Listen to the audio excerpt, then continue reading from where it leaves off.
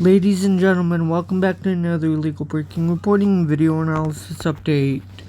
We have 3 reportings.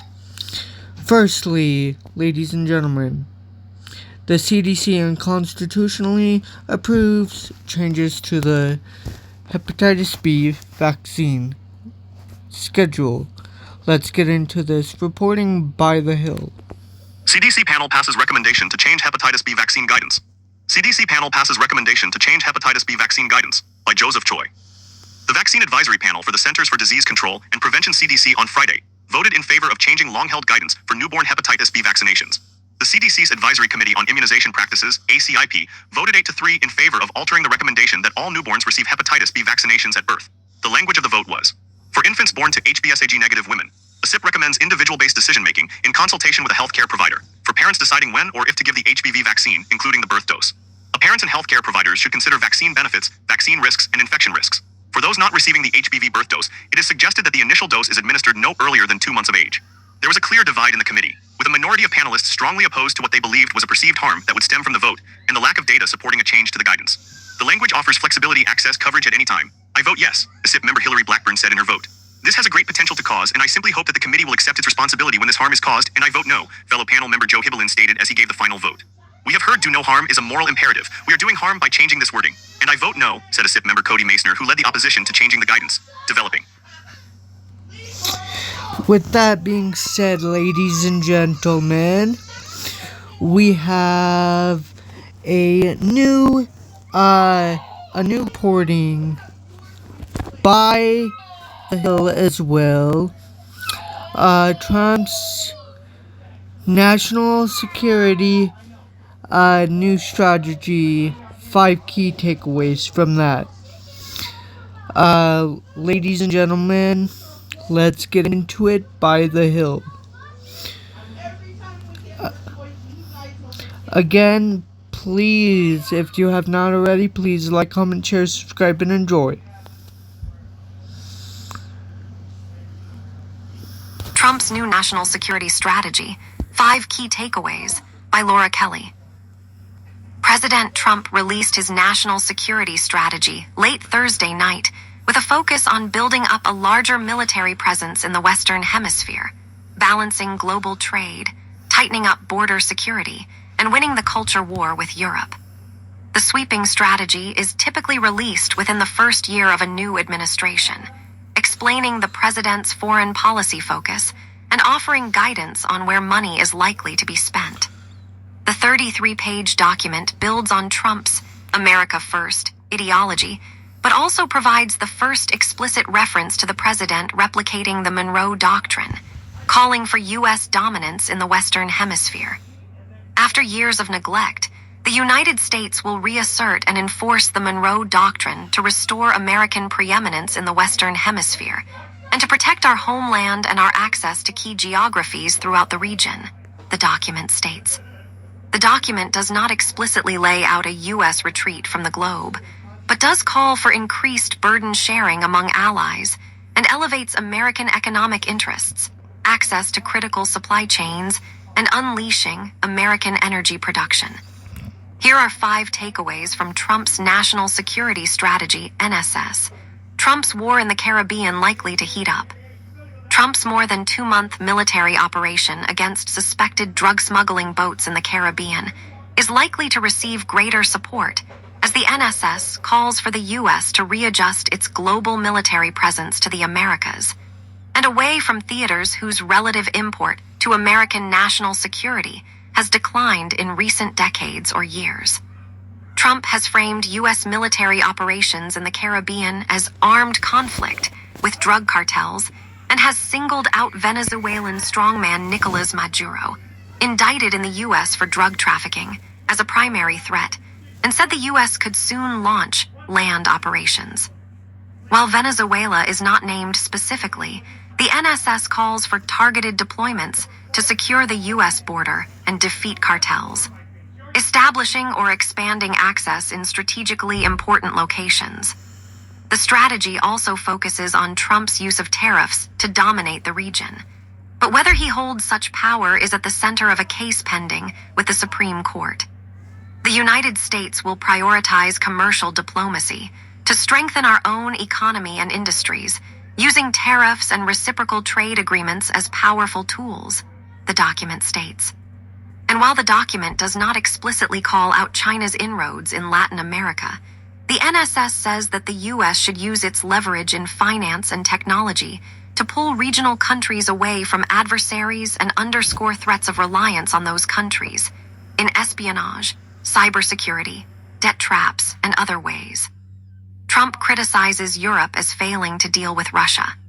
The NSS criticizes Europe's lack of self-confidence in contributing to a deteriorating relationship with Russia, but does not address Russian Vladimir Putin's decision to invade Ukraine in 2014 and 2022, or its campaign of sabotage, election interference, and fomenting instability on the continent.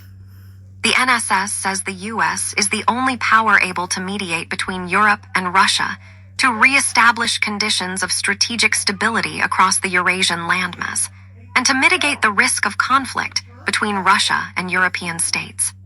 The document further declares that the U.S. needs to promote European greatness, echoing a speech Vice President Vance delivered in Germany in February.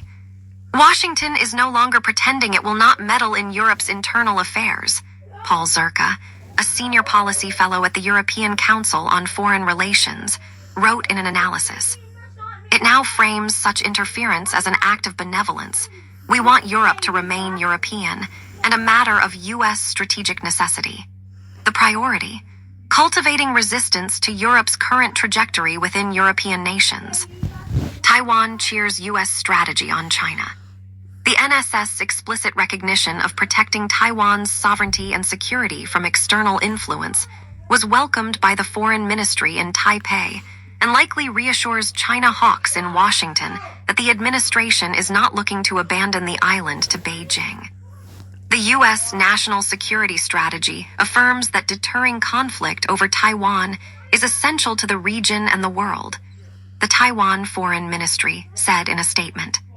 A secure Taiwan anchors a stable Indo-Pacific, so we will continue to strengthen self-defense and contribute to peace and prosperity in the region.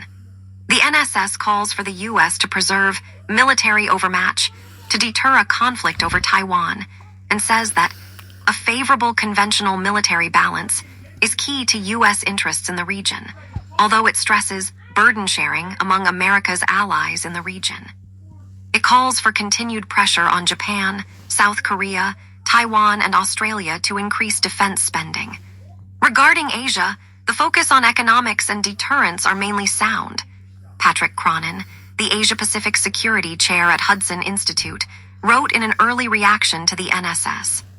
Still, the idea that China's strategy is about mutually fair trade flies in the face of the various criticisms that the document rightly makes about erroneous assumptions of the past, he continued.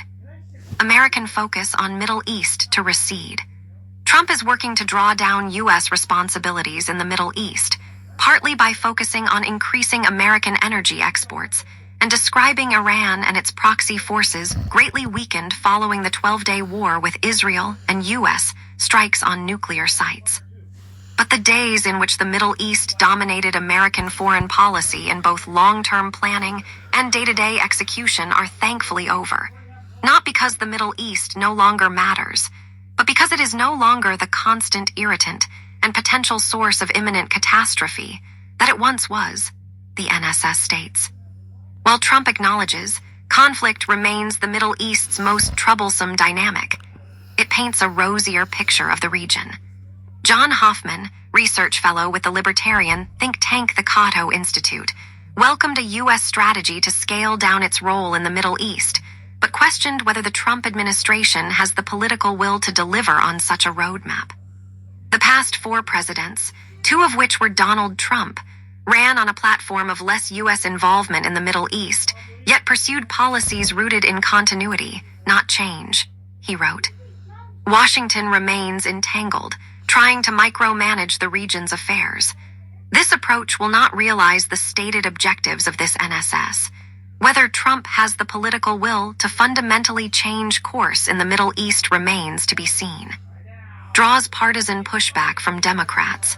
Democrats were quick to slam Trump's NSS as a dangerous outline of America's retreat on the global stage that makes the U.S. and its allies weaker. The world will be a more dangerous place and Americans will be less safe if this plan moves forward. Representative Jason Crow DeCall, a member of the House Permanent Select Committee on Intelligence and House Armed Services Committee, wrote in a statement. Among the many disturbing things are the blatant calls for social engineering, culture warfare, and interference with allied foreign governments and political systems. It is an attack on freedom and individual liberty at home and abroad. Likewise, Senator Richard Blumenthal, Democrat from Connecticut, a member of the Senate Armed Services Committee, said the NSS foreshadows setbacks, forsaking allies, throwing Ukraine under the bus, and abandoning key strategic goals and basic values.